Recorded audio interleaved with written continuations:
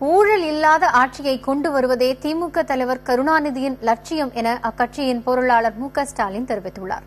கரூர், அரவக்குறிச்சி மற்றும் தஞ்சாவூர் தொகுதிகளில் வரும் 23ஆம் தேதி தேர்தல் நடைபெற உள்ள நிலையில் அரவக்குறிச்சியில் மு க ஸ்டாலின் பரப்புரை மேற்கொண்டார். திமுக வேட்பாளர் கே சி பழனிசாமியை ஆதரித்து வாக்கு சேகரித்த அவர் திமுகவின் தேர்தல் அறிக்கையை விளக்கினார். 100 யூனிட் மின்சாரம் இலவசம் என்ற அதிமுக வாக்குறுதியை விமர்சித்த ஸ்டாலின், 1 யூனிட் மின்சாரத்தை கூட அதிமுக ஆட்சியில் உற்பத்தி செய்ய முடியாத நிலை உள்ளதாக குறிப்பிட்டார். திமுக ஆட்சிக்கு வந்தால் பால் உற்பத்தியாளர்கள் போராட்டம் நடத்த வேண்டிய அவசியம் இருக்காது என்றும் அவர் உறுதியளித்தார். பால் விலை 7 ரூபாய்க்கு குறைப்பு, ஆவின் பால் லிட்டர் 7 ரூபாய்க்கு குறைப்பு.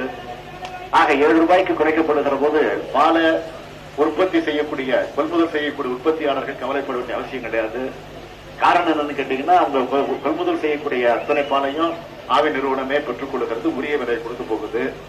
அதையும் தாண்டி சொல்லணும்னா, சத்துணவுல கலைஞரவர்கள் முட்டையோடு கொண்டு வந்தது மட்டும் இல்ல, பாலையும் சேர்த்து கொடுக்க போகிறேன் என்று அறிவித்திருக்கிறார்.